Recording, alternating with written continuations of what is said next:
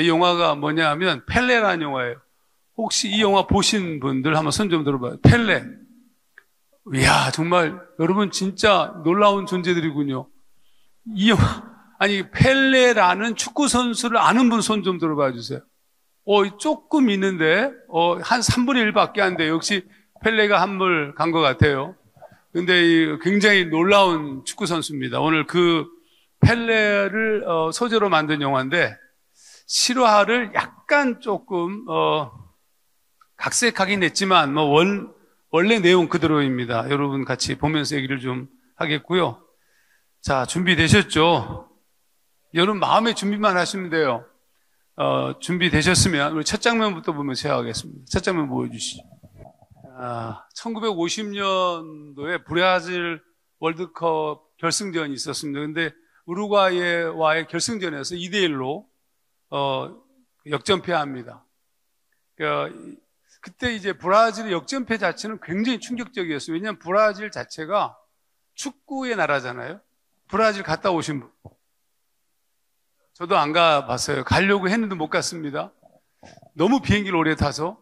근데 브라질 하면 아르헨티나와 함께 엄청난 브라질의 유명한 축구 선수가 누구죠? 호날두. 맞죠? 여러분 몰라도 괜찮긴 한데, 근데 이제 브라질이 역전패를 하자마자 이 수도 리오데자네이루 사람들이 자살하는 사람들이 속출하기 시작했습니다. 그러니까 우리가 생각할 때는 여러분이 좀 이해가 안 될지 모르지만 브라질이라는 나라는 축구 자체가 그들의 삶 자체예요. 그 정도로 강력한 종목이 브라질인데, 그때부터 브라질이 왜 우리가 졌을까 이걸 고민하기 시작했습니다. 그래서 브라질이 결정한 방법이 뭐냐 하면 자신들의 방식에 문제가 있다고 봤어요. 우리들의 축구 스타일이 문제가 있나 보다. 그들의 축구 스타일은 소위 징가 스타일이라고 불렀어요. 우리나라의 택견처럼 그들만의 스타일이 있었는데 우리 스타일이 잘못됐나 보다. 그래서 자신들의 그러니까 개인기라든지 개인 중심의 어떤 운동 방식을 브라질이 택하고 있었는데 아무래도 우리가 유럽 스타일을 택해야 되지 않냐. 그래서 징가 스타일을 버립니다. 징가 스타일을 버리고 유럽의 스타일을 택했어요. 그러니까 우리들의 삶의 문제는 좀 문제가 있고 저쪽 세상이 훨씬 더 멋있어 보였던 겁니다. 이 같은 패배 의식 자체는 펠레 집안에도 동일했는데 한때 아버지는 굉장히 잘 나가던 축구 선수였는데 시합 도중에 무릎을 다치면서 축구를 할 수 없게 되자 지금은 병원에서 환자들의 배설물을 처리하는 그런 보조 일을 하고 있었습니다. 이런 이유 때문에 어머니는 축구에 대해서 굉장히 부정적이에요. 아들 지코, 원래 펠레의 원래 어렸을 때 이름이 지코인데 지코가 축구하는 것에 대해서 어머니는 결사적으로 반대를 했습니다. 그래서 그때부터 축구 선수가 된다는 것은 꿈도 꿔보지 못한, 여러분 이게 이 시대의 지배적인 삶의 방식이에요. 무슨 얘기냐면 우리가 지금 뭐가 이렇게 잘 안 되잖아요. 우리가 잘 안 되는 것 자체는 우리에게 문제가 있다고 봐요. 그래서 세상이 잘 되고 있는 방법들을 추구해요. 저게 괜찮다. 그럼 그걸 쫓아가요. 한때 한국교회에 교회 성장이라는 화두가 엄청났을 때가 있었습니다. 그럼 교회 성장 세미나가 있었어요. 요즘은 교회 성장 세미나가 없습니다. 근데 제가 말씀드리고 있는 시점은 80년대, 90년대 교회 성장 세미나가 엄청났었는데, 그럼 교회 성장 세미나를 주최하는 교회들은 어떤 교회일까요? 대형 교회들이 교회 성장 세미나를 주최했습니다. 근데 여러분 생각해 보세요. 대형 교회가 주최한 교회 성장 세미나를 들으면 굉장히 감동을 받지만 실제로 많은 교회들이 실패를 해요. 왜냐하면 여러 가지 여건이나 상황 자체가 우리의 몸에 맞지 않아요. 우리도 모르는 사이에 이 세상이 말하고 있는 방식을 쫓아가고 싶어요. 오늘 여러분도 지금 청년의 세대지만 여러분의 독자적인 생각과 어떤 삶의 방식보다는 이 세상이 추구하고 있는 삶의 방식들, 성공 방식들, 그런 종류의 처세적 삶의 태도들을 여러분이 취하는 그런 경향이 있어요. 우리도 모르는 사이에. 마찬가지였습니다. 브라질도 자신들의 삶을 포기했습니다. 이게 언제나 동일하게 적용되는 세상의 삶의 방식입니다. 오늘 제가 여러분과 같이 나누고 싶었던 말씀은 요한복음 1장 말씀인데 제가 잘 설명해 드릴게요. 예수님의 부르심을 받았던 빌립이 자기 고향 친구인 나다나엘을 만나요. 나다나엘을 만나서 이렇게 얘기합니다. 요한복음 1장 45절. 빌립이 나다나엘을 찾아 이르되 모세가 율법에 기록하였고 여러 선지자가 기록한 그 일을 우리가 만났으니 요셉의 아들 나사렛 예수니라. 여러분, 근데 여러분 성경 말씀을 보면 굉장히 재미있어요. 나다나엘이 시큰둥한 반응을 보여요. 나다나엘이 바로 그 다음 절 1장 46절. 나다나엘이 가로되 나사렛에서 무슨 선한 것이 날 수 있느냐? 혹시 여기 나오나요? 안 나오죠? 나온다. 나사렛에서 무슨 선한 것이 날 수 있느냐? 여러분 별로 깊이 생각하지 않고 이 부분을 읽었을지 모르지만 나다나엘의 얘기는 굉장히 설득력 있는 얘기예요. 왜냐하면 그 시대의 시대적 상황을 조금만 알면 나다나엘의 얘기 자체가 얼마나 설득력이 있는지 우리가 이해할 수 있는데, 우선 나사렛에서 선한 것이 날 수 있느냐 이렇게 얘기했는데, 이 나사렛이라는 말은 구약 시대에는 존재하지 않던 도시입니다. 나사렛이 도시 이름이잖아요. 근데 그 마을이 구약 성경에는 등장하지 않습니다. 여러분 구약의 창세기부터 이 말라기까지 다 뒤져보세요. 나사렛이라는 말이 나오나? 나사렛이라는 동네가 없어요. 근데 성경은 매우 재미있게 나사렛에서 마태복음 2장 23절 말씀 보면 나사렛이란 동네에 와서 산 이는 선지자로 하신 말씀에 나사렛 사람이라 칭하리라 하심을 이루려 함이라, 이런 말씀이 있거든요. 근데 사실 구약에 나사렛이 없는데 선지자가 나사렛을 얘기했다는 거예요. 그럼 도대체 이 말씀의 뜻이 뭘까? 우선 히브리어, 조금 어렵지만 쉽게 얘기할게요. 히브리어는 우리의 한국말처럼 자음과 모음으로 이루어져 있습니다. 그런데 자음 밑에 모음이 붙어 있는데 일반적으로 쓸 때는, 특히 현대 히브리어에서는 아예 모음이 없습니다.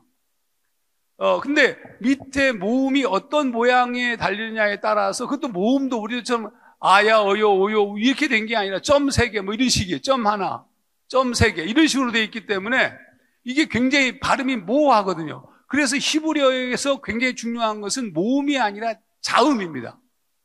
그러면 이 나사렛이라는 말 자체는 없는데 자음만 읽어보면, 자음은 알파벳 눈, 차대, 레쉬로 이루어진 단어예요. 그러니까 눈, 차대, 레쉬라는 자음 3개로 이루어진 단어가 나사렛의 근원인데, 그 자음 3개로 이루어진 단어를 우리는 낫자르라고 부릅니다. 낫자르. 그럼 낫자르라는 뜻은 무슨 뜻이냐면, 이사야서 11장 1절 말씀 보면 이새의 줄기에서 한 싹이 나며 그 뿌리에서 한 가지가 나서 결실할 것이요. 이사야 11장 10절. 그날에 이새의 뿌리에서 한 싹이 나서 만민의 기호로 설 것이요. 열방이 그에게로 돌아오리니 그 거한 곳이 영화로우리로다. 여러분, 소위 메시아의 탄생에 대한 예언을 한 말씀인데, 여기서 뿌리에서 한 가지가 나서 할 때 이 가지가 바로 제가 말씀드렸던 넷제르입니다. 넷제르. 자, 그러니까 무슨 뜻이냐면 격가지예요. 격가지. 그게 넷제르라는 뜻입니다. 그러면 나사렛은 어떻게 형성된 도시냐 하면 그렇게 형성된 도시예요. 나사렛은 갈릴리, 사마리아, 베니게, 지금의 레바논입니다. 나사렛, 갈릴리, 사마리아, 베니게의 접경지대에 있는 도시인데, 일반적으로 이스라엘 백성 유대인들은 어디에 주로 살았느냐 하면 갈릴리 호수 중심으로, 물이 있는 곳 중심으로 해서 살았는데, 가난할수록 그 물이 있는 도시에서 살 수 없고 산악지대에서 살 수밖에 없었어요. 근데 그 산악지대가 아까 말했던 나라들의 경계 지점에 있는 도시 중에 하나가 바로 나사렛이 되었는데, 바로 그곳에서 산 거예요. 그때는 이름이 나사렛이 아니라 넷제르, 가지에 가지, 격가지. 좀 쉽게 얘기하면 뭐 변두리 혹은 피난민촌 혹은 쪽방촌 이런 뜻이에요. 넷제르가 그냥 피난민촌, 쪽방촌, 변두리, 아웃사이드들이 살고 있는 그런 도시, 이방인들과 또 피난을 온 유대인들까지 하류층들이 주로 살고 있었던 도시가 아니라 처음엔 그냥 쪽방촌이었다고요. 변두리였다고요. 그냥. 근데 거기서 오래 사람들이 살면서 시간이 계속 10년, 20년, 30년, 40년 오랜 시간이 지나면서 그 이름 자체가 고유명사가 되었는데 그게 나사렛이에요. 그러면 여러분 잘 생각해 보세요. 나다나엘이 나사렛에서 무슨 선한 것이 날 수 있어? 라고 얘기한 이유가 뭔지 금방 보이시죠? 아니 거기 쪽방촌, 아니 거기 난민촌, 아니 거기 변두리 도시, 정말로 다 거렁뱅이들이 모여있는 그 도시에서 무슨 선한 것, 무슨 메시아? 웃기고 있네, 이런 얘기예요, 여러분. 나다나엘 얘기 자체가 상당히 설득력 있는 얘기였습니다. 그런데 성경에서는 그 나사렛에서 주님이 나셨다는 겁니다. 그러니까 제가 조금 더 쉽게 나다나엘의 얘기를 풀어서 얘기해 볼게요. 그저 그런 것들이 사는 촌동네에서 무슨 선한 것이 나올 수가 있겠어? 도우기 메시아? 웃기지 말라고 그래. 그러니까 여러분, 주 예수 그리스도가 나사렛에서 나왔다, 나사렛 사람이라는 말 자체는 굉장히 감동적인 얘기입니다. 자, 이제 여러분과 함께 얘기하고 싶은 부분, 이 부분이에요. 그러니까 나사렛에서 났다는 말 자체는 나사렛이 자랑스럽다는 뜻이 아니에요. 쪽방촌이 자랑스러운 동네가 아니에요. 여러분, 빈민촌이 자랑스러운 장소가 아니에요, 절대로. 근데 나사렛이 아름답다는 뜻이 아니라 주님께서 나사렛 사람이라는 말로 불리워졌다는 말은 주님이 높고 높은 보좌를 버리시고 낮고 낮은 천한 곳으로 내려오셔서 우리와 같이 종된 삶으로 내려오신, 이거를 빌립보서에서는 뭐라고 얘기하냐면 자기를 비어가 헬라어로 케노인데 이걸 케노시스라고 부릅니다. 케노시스. 자기 부정, 자기 비움의 사건. 그리스도가 우리 가운데 찾아오신 것은 자기를 부정하신 거예요. 하나님의 보좌를 버리시고 낮고 낮은 천한 우리의 모습을 우리 가운데 오신 거예요. 우리가 되신 겁니다, 여러분. 여러분, 주님께서 말씀하시고 싶어하는 핵심적 메시지는 우리가 어떤 신분이냐, 어디서 태어났냐, 누구 집 자식이냐, 어느 학교를 나왔냐를 물으시는 게 아니에요. 아니, 태어나고 봤더니 아버지가 재벌이야. 태어나고 봤더니 가난해. 브라보. 제가 그랬어요. 딱 태어나고 봤더니 우리 어머니와 아버지가 별거하고 계신 거야. 와우. 태어나자마자 깨달은 건 아닌데 나중에 정신 차려보니까 내가 외할머니하고 살고 있잖아. 우리 어머니와 아버지는 별거하고 있었고. 여러분, 제가 원한 거 아니잖아요. 제가 기도한 것도 아니잖아요. 이거 정해진 거야. 정해진 거야. 뿐만 아니라 여러분, 그러니까 아버지와 어머니와 별거하셔서 나는 외할머니와 살고 있다가 외할머니가 초등학교 2학년 때 위암으로 돌아가시니까 다시 어머니와 살 수밖에 없는데 어머니는 너무너무 가난해가지고 병원에 보조간호 일을 하고 계셨는데 병원 옥탑방에서 살고 계셨어요. 그러니까 제가 그 옥탑방으로 들어가게 된 거예요. 할머니를 떠나가지고 돌아가셨으니까. 여러분, 옥탑방에서 어머니와 둘이 살고 있는 게 행복할까요? 아닙니다. 바로 아래층에 그 병원 원장 식구들이 살고 있었는데 사나 밀려요. 내 또래야. 다 괜찮아. 다 멋있어. 나만 찌그러져 있어. 내가 원한 거 아니잖아요, 여러분. 여러분, 처음부터. 근데 우리 아버지는 별거한 상태지만 우리 아버지의 형편은 어떤 거냐면 술 중독자의 한정치산 선고를 받은 거의 폐인 수준이었어요. 그래서 간호원 누나들이 쓰는 말이 뭐냐면 지혜비를 닮아서요. 우리 어머니 보고 재미있지 마세요. 지혜비를 닮아서. 아니, 싸게 노란 놈이라는 거예요. 내가 원한 거 아니잖아요. 내가 우리가 여러분이 어떤 삶을 살아왔는지 알 수 없지만 여러분의 형편과 처지가 어떤 종류인지 모르지만 여러분, 내가 만약에 처음부터 재벌이 난 기가 막힌 집안에서 태어나가지고 그리고 좋은 소위 과외를 받고 이 등등등 했으면 여러분, 우리 삶 자체가 세상이 정해놓은 틀 속에서 볼 때 괜찮은 소위 상류 계급에 속하일 수도 있다고요. 근데 그렇지 않잖아요, 여러분. 자, 그러면 여러분, 하나님이 공평하시다, 하나님이 살아계시다고 얘기한다면 우리가 이 세상이 정해놓은 틀과 정해놓은 신분에 의해서 우리가 정해지는 것이 하나님이 살아계신 게 아니에요, 여러분. 하나님께서는 그것과 아무 상관이 없는 거예요. 우리들이 어떤 존재냐, 어느 집안이냐, 어느 학교를 나왔느냐, 우리가 어느 정도 부유하냐, 이거 별로 안 중요해요, 하나님 앞에서는. 우리가 하나님의 자녀이기 때문에 그렇고 하나님께서 우리의 형편과 처지와 관계없이 일하시기 때문에 그렇습니다. 자, 그러므로 중요한 것은 우리의 스펙이 아니야. 내가 누구인가 하는 정체성입니다. 그때부터 자유가 나오는 거예요. 여러분이 예수를 왜 믿어요?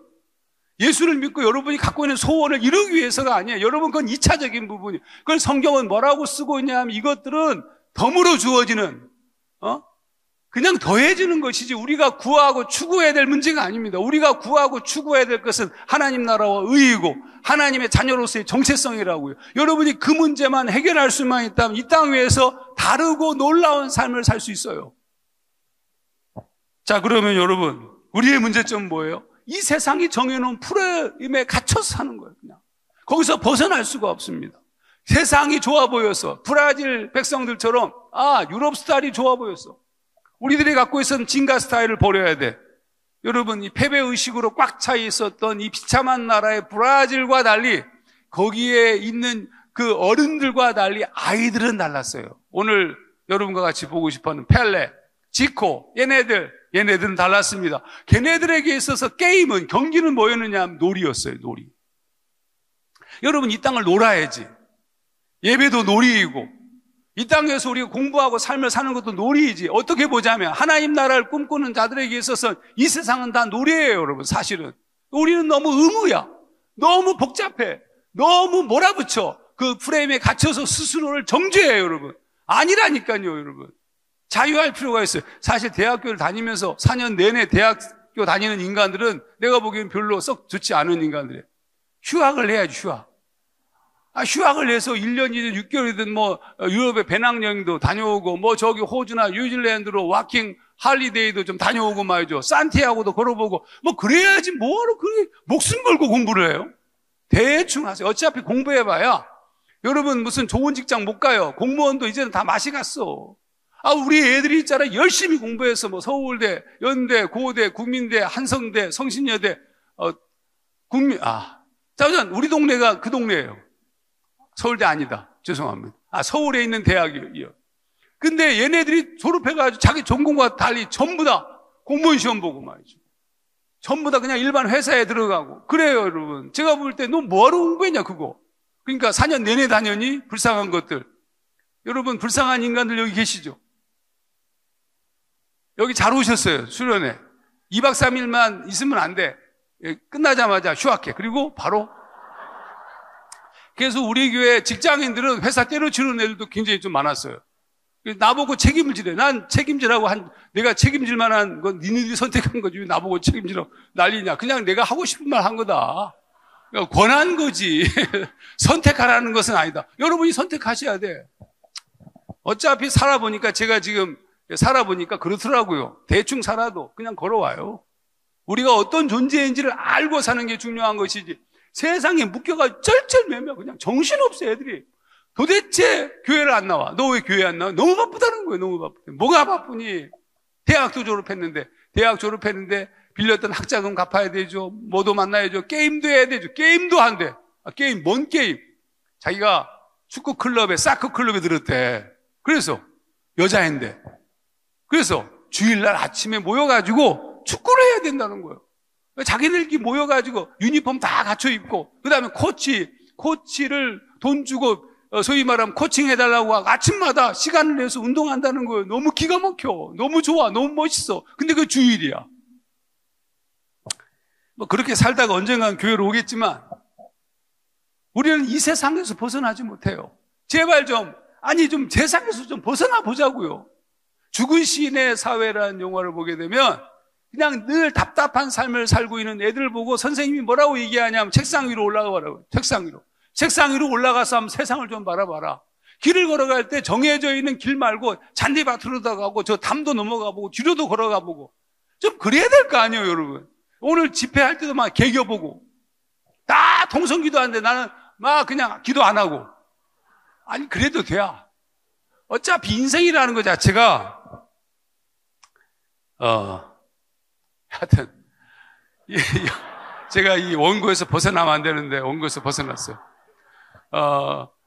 이 아주 패배의식에 좌절하고 있는 그 어른들과 달리 아이들은 자유했습니다. 잠깐 좀 걔네들을 만나고 계속 얘기 좀 하겠습니다. 두 번째 장면 보여주시죠. 얘네들에게 있어서 축구라는 것은 무슨 뭐 이렇게 전쟁도 아니고 목숨 걸고 하는 일이 아니라 그냥 게임이었습니다. 근데 어린이 축구대회가 열렸습니다. 그런데 원래 이 펠레의 이름이 지코였다고 제가 말씀드렸죠. 지코 팀도 출전했어요. 근데 그들은 가난한 곳에, 가난한 동네에 살고 있었기 때문에 축구화도 없고 유니폼도 없이 그냥 맨발의 팀이었습니다. 반면에 또 다른 상대편 한 팀이 있었는데 그 팀은 조제라는 애가 주장으로 있는 팀인데 걔네들은 이름이 캥스 팀이야. 완전히 부유한 애들이야. 너무너무 잘 살아. 그러니까 옷도 유니폼, 축구화 완벽하게 갖춘 팀이었습니다. 처음 그들과 관계없이 여러 팀이 나와서 토너먼트로 이 경기를 하는 상황이었는데 계속 이어가고 있었지만 조제팀도 이어서 올라오고 지코팀도 이어서 올라오는데 한 중간쯤 갔을 때 지코팀이 조제팀이 하고 있는 모습을 봤어요. 너무 멋있어. 폼나잖아. 그냥 유니폼 딱 갖춰있고 머리 제대로 가르마하고 그 다음에 축구화 제대로 신고 그때 갑자기 비참함을 느꼈어요. 무슨 얘기냐면 엘리트 프레임에 갇힌 거예요. 여러분 잘 들으셔야 돼요.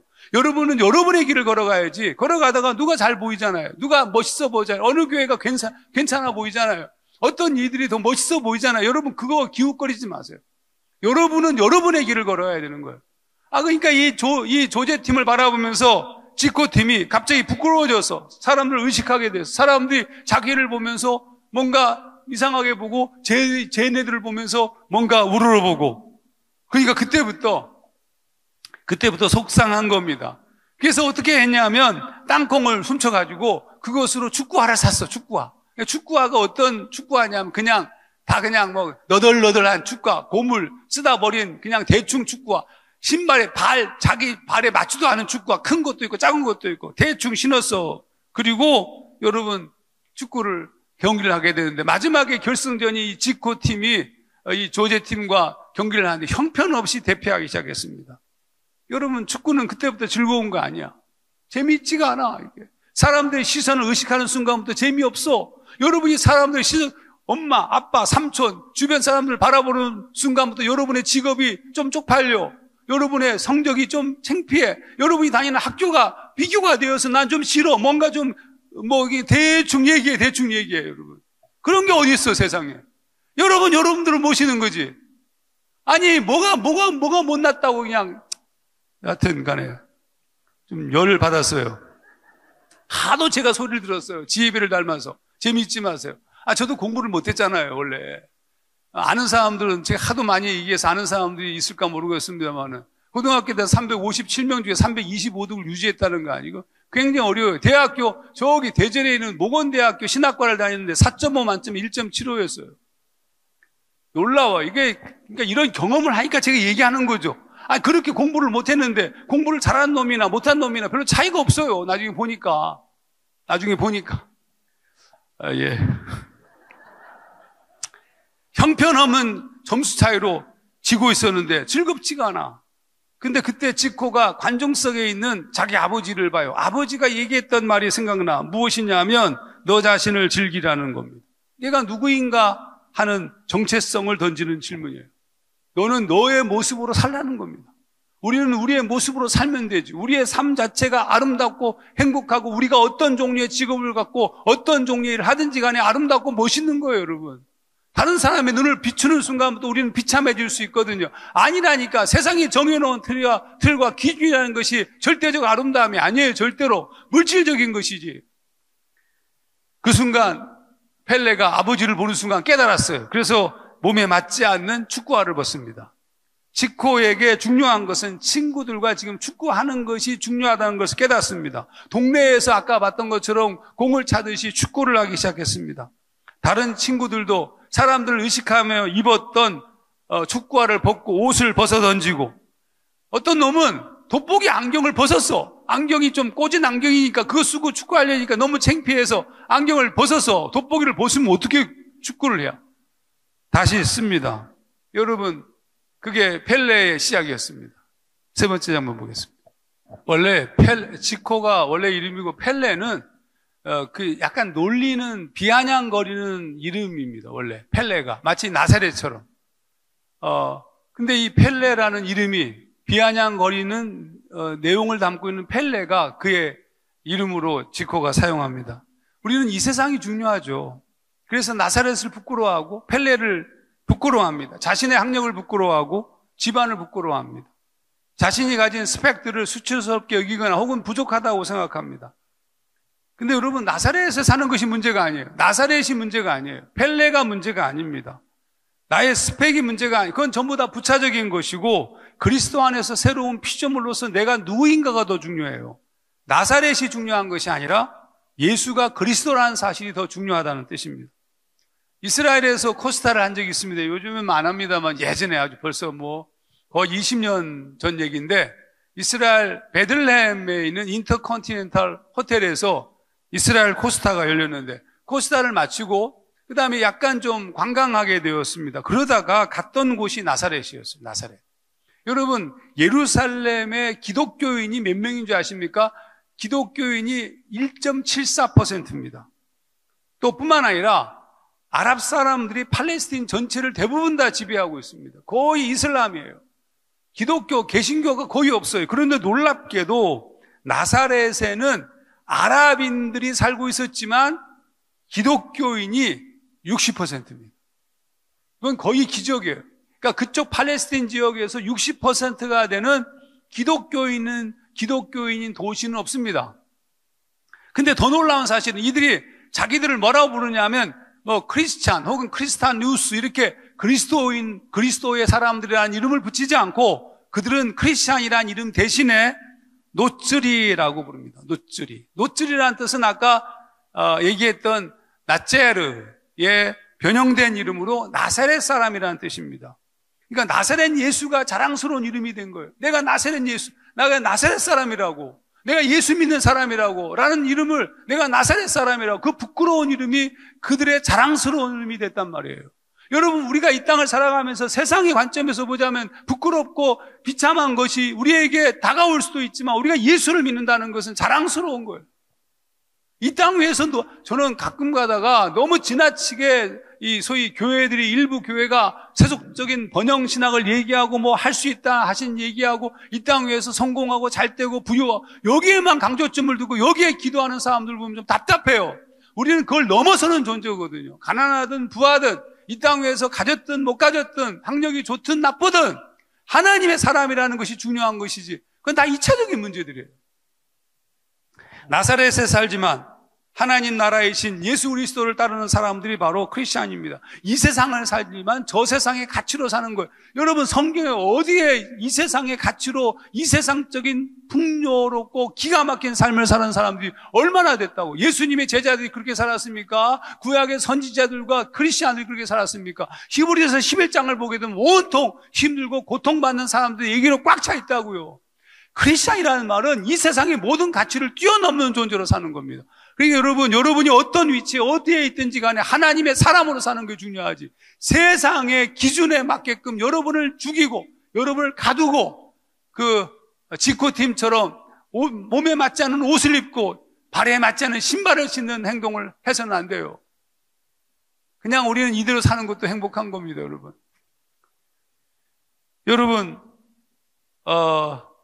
펠레의 삶은 이렇게 시작됩니다. 그날 그렇게 축구하는 모습을 보고 산토스 팀, 브라질의 유명한 프로축구 팀 중에 하나가 산토스 팀인데 산토스 팀에서 그를 스카우트합니다.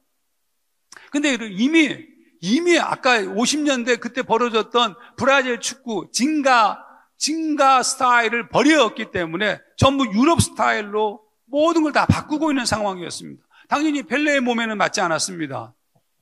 이런 까닭에 소위 말하면 어떤 의미에서 볼 때 충돌이 생겨요. 그러니까 출중한 축구 실력 때문에 참석 산토스 팀에 들어갔지만 후보인 거예요, 후보.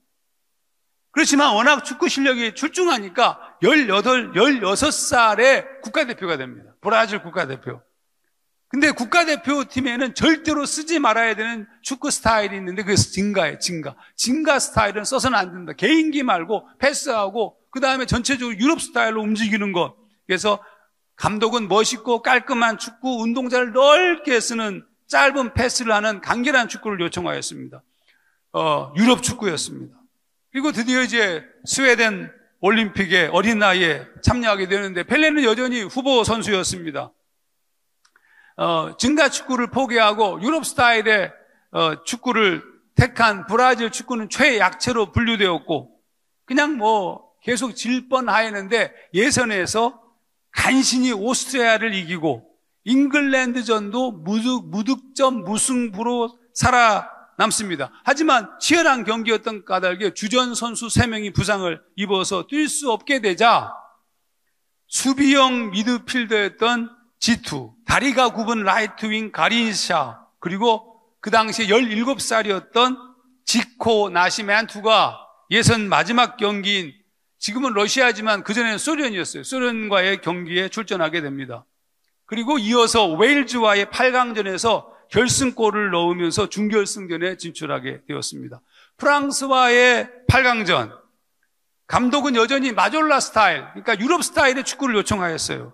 근데 정작 부상으로 뛸 수 없었던 마졸라, 이 마졸라가 누구냐면 아까 소위 축구 대회 할 때 그때 그쪽 팀 주장이었어요. 그러니까 그 마졸라는 알고 있었어요. 이 지코가 펠레가 어떤 축구를 하고 있는지. 그래서 자기가 부상을 당해서 할 수 없지만 이렇게 얘기하는 거예요. 그때 과거의 그 징가 스타일의 축구를 회상하면서 지금 필요한 것은 유럽 스타일의 축구가 아니라 우리 축구가 필요하다. 그러니까 네가 한번 뛰어달라. 이렇게 요청을 합니다. 펠레는 감독의 뜻을 거스리고 징가 스타일로 축구합니다. 근데 놀랍게도 그 경기에서 펠레가 해트트릭을 기록하면서 결승에 진출합니다. 와우. 실화예요, 실화. 잠깐 좀 보겠습니다.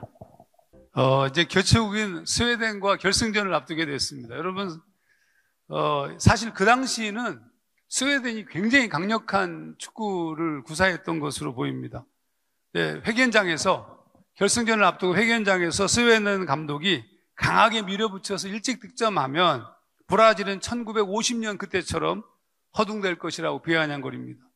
더욱이 체계가 없고 비현실적인 팀이라고 얘기하면서 이 브라질 선수들의 신체적 결함을 막 지적합니다. 그러니까 약점을 막 건드는 거죠. 아무도 대꾸하지 못했어요. 이미 그들, 소위 펠레를 비롯해서 브라질 선수들 자신이 알아요. 자신들의 부족함, 자신들의 출신, 자신들의 연약함 다 알고 있거든요. 그러니까 이미 시작도 하기 전에 이미 진 분위기였습니다. 쥐뿔 아무것도 아닌 나사렛 사람 펠레. 여러분, 이 세상은 지금 그 사람이 필요해요. 아무것도 아닌 것처럼 보이는 나사렛 사람, 진짜 크리스찬. 내 주신과 성분이 한심하고 복잡할지라도 그리스도 때문에 새로운 힘을 얻고 다른 가치의 존재로 살아가는 사람이 필요한 세상을 만났어요. 아니, 이 세상이 너무 절망적이잖아.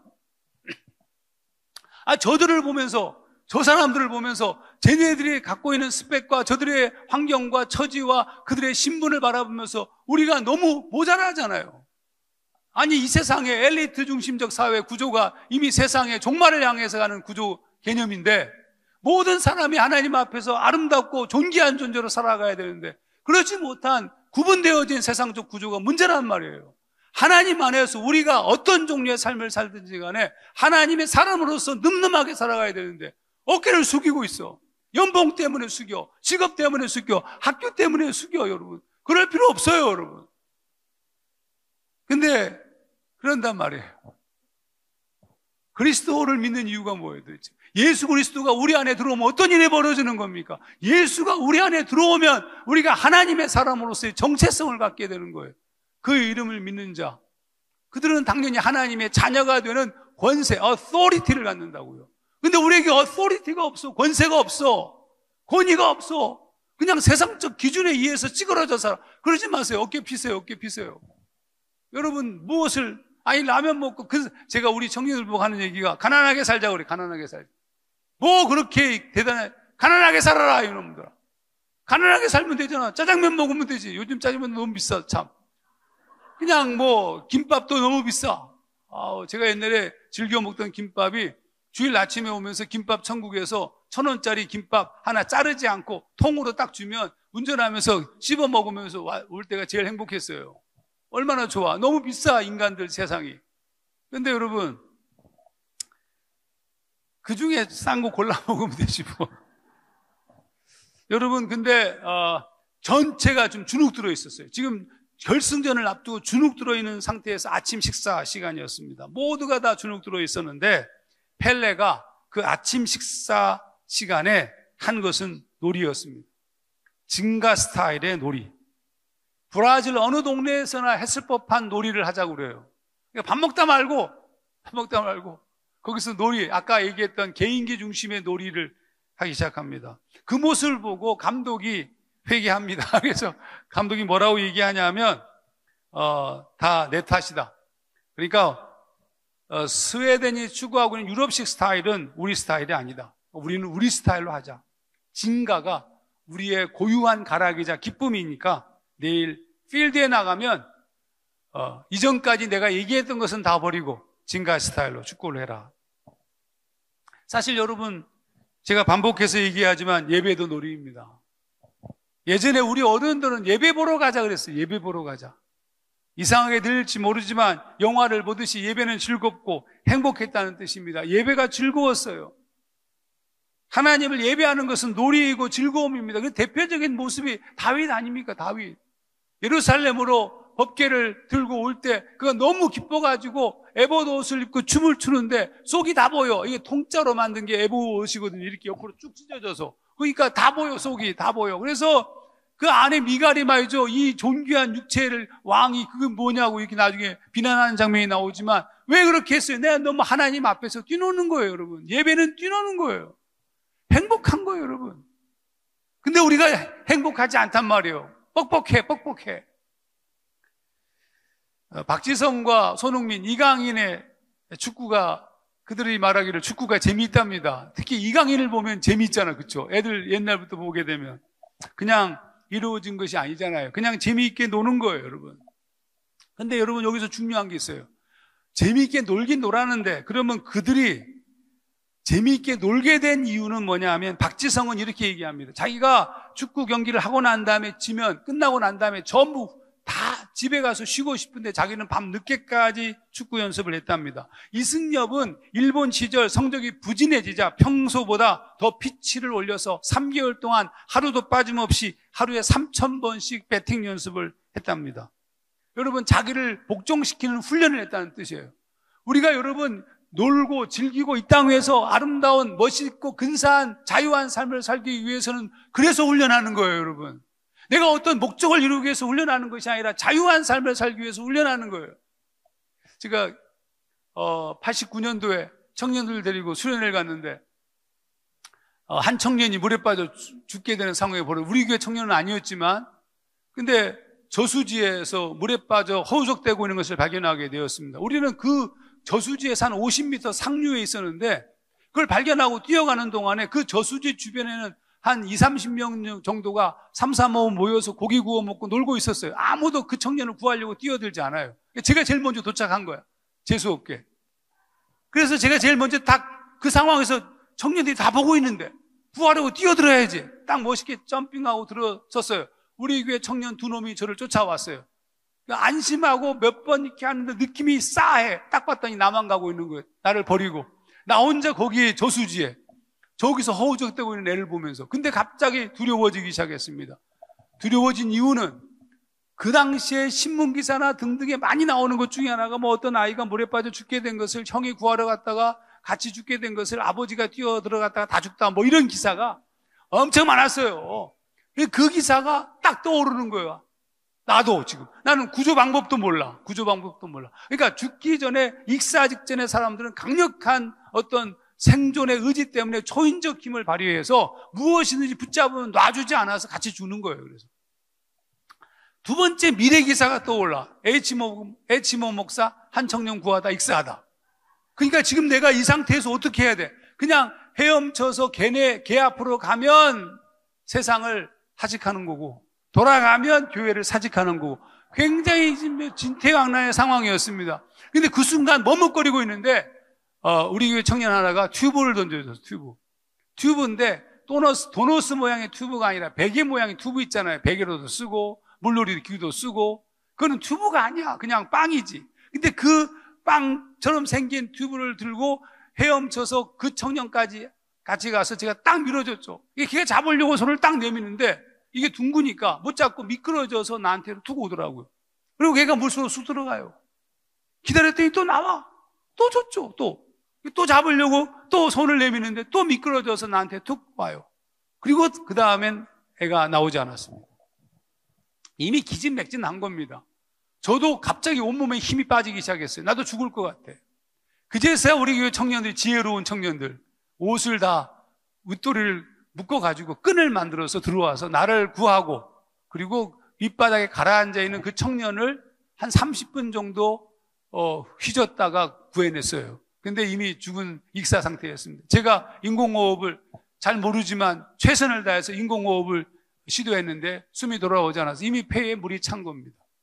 잠시 후에 이제 119 앰뷸런스가 왔고, 그리고 그 싣고 가는데 저는 너무 비참했어요. 그래서 그 모습을 너무 비참해하는 나에게 우리 청년들과 우리 선생님들이 이렇게 위로했습니다. 목사님은 최선을 다했습니다. 목사님은 최선을 다했기 때문에 하나님도 그 최선을 인정하실 것이고, 저 청년도 목사님께 고마워할 겁니다. 왜냐하면 여기에는 어느 누구도 구하려고 뛰어들지 않았는데 목사님은 뛰어들었으니까. 그때 제가 하나도 위로가 되지 않았어요. 이유는 뭐냐면 거기서 놀고 뛰어들지 않은 자들이나 뛰어든 나나 아무런 차이가 없어요. 청년을 살려야지. 정신이 번쩍 들었어요, 여러분. 제가 그래서 그때 수련회가 끝나자마자 제일 먼저 한 것이 종로 외국어 학원에 새벽반에 등록을 한 겁니다.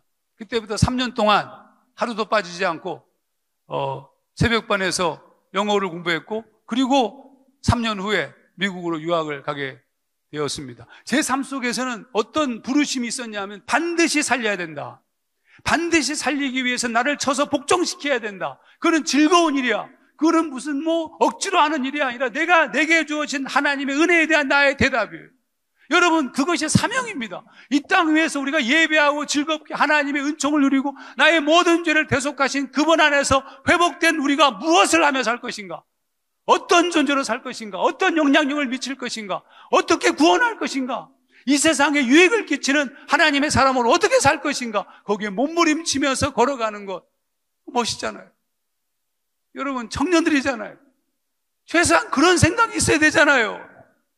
오늘 이 집회를 통해서 이번 2박 3일 동안 꼭 이거 물어보세요. 하나님, 제게 주신 부르심이 뭐냐고. 부르심을 잡아야 될 거 아니에요. 사명을 가지고 목숨 걸고 걸어가야 되는 거 아닙니까? 저의 삶의 변화는 그때부터 시작되었습니다.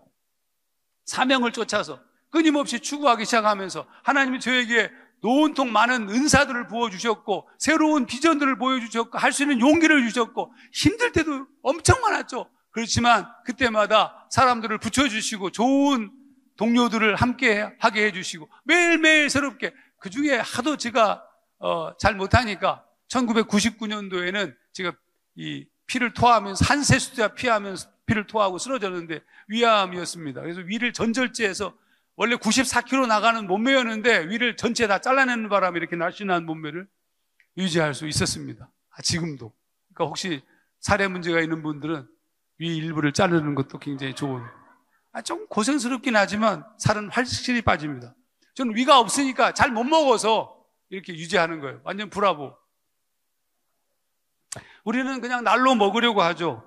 다니엘처럼 하루 3번 정해놓고 기도한 적이 없습니다. 사무엘처럼 기도를 쉬는 것을 죄라고 느낀 적도 없습니다.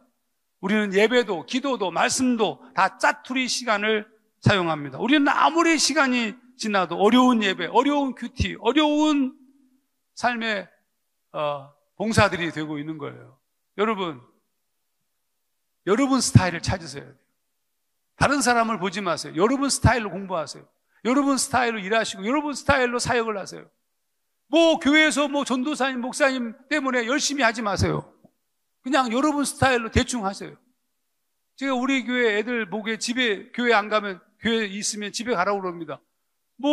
나보다 먼저 가라. 빨리 가라. 우리 전도사님들 보고도 목사님들 보고도 먼저 가십시오. 일 끝났으면 가지. 뭐하러 여기 앉아서 교회에서 뭘 줄 게 있다고 앉아 버티고 다 집에 가라. 다 이렇게. 여러분도 여러분 나름대로 사세요. 이 세상 이제부터 여러분은 여러분의 스타일로 사시라고요. 세상이 정해놓은 스타일에 속지 마시고 그것에 의무처럼 쩔쩔매면서 살지 마시고 자유하게 사시라고요. 자유롭게 예수를 믿으시고 자유롭게 말씀을 공부하시고 열심을 다해서. 근데 그 심장 속에 사명이 있어야 돼요. 그 사명이 여러분들을 놀랍게 살게 할 겁니다. 와우! 제가 제일 좋아하는 장면. 그래서 이 집회 측에다가 한 5분 정도 제 시간보다 좀 더 줄 수 있냐고 물어봤어요. 그랬더니 줄 수 있대요. 그 이유가 뭐냐면 이 장면들이 너무 좋은데 시간이 좀 모자랄 수 있어서 제가 요청을 했는데 지금 제가 말을 굉장히 빨리 해가지고 아무런 문제 없이 제 시간에 맞춘 것 같습니다. 자, 다섯 번째 영상 보겠습니다. 우리는 아름다운 사람들입니다, 여러분. 이 땅 위에서 우리는 우리들의 삶을 살아야 돼요. 저는 하나님께서 저를 사랑하신다는 놀라운 사실을 깨닫고 난 다음부터 저의 길을 걷기 시작했습니다. 목회도 이 세상 우리 교단이 원하는 목회가 아니라 하정환의 목회, 하나님 앞에 부름받은 대로 그 주신 은사대로 여러분에게 주신 은사대로 이 땅을 사시기 바랍니다. 우리 교회가 세상의 기준에서 보자면 대형 교회도 아니고 엄청나게 부유한 교회도 아니지만 행복하고 너무 즐겁습니다. 왜냐하면 하나님께서 내게 주신 부르심을 쫓아서 걸어가고 있기 때문입니다. 여러분도 그 부르심을 쫓아서 걸어가야 돼요. 그래서 청년의 시절에 반드시 회복해야 되는 것은 주님이 주신 부르심이에요. 사명이고 꼭 찾으시기를 주의 이름으로 축원합니다. 이제 이미 이들에게는 이기고 지는 게 의미가 없었습니다. 그들은 지더라도 이미 이기는 것이었습니다. 중계방송하면서 중계하던 아나운서의 멘트가 이런 멘트를 했는데 너무 멋있었어요. 브라질이 살아났습니다. 세상에서 가장 아름다운 경기입니다. 그들 모두가 펠레였고 진가였습니다. 놀이였고 즐거움이었어요. 그들은 그들 자신으로 행복하게 운동을 했으니까. 우리는 우리 자신으로 내게 주신 은사를 쫓아서 하나님의 뜻으로 행복하게 살면 되는 거예요.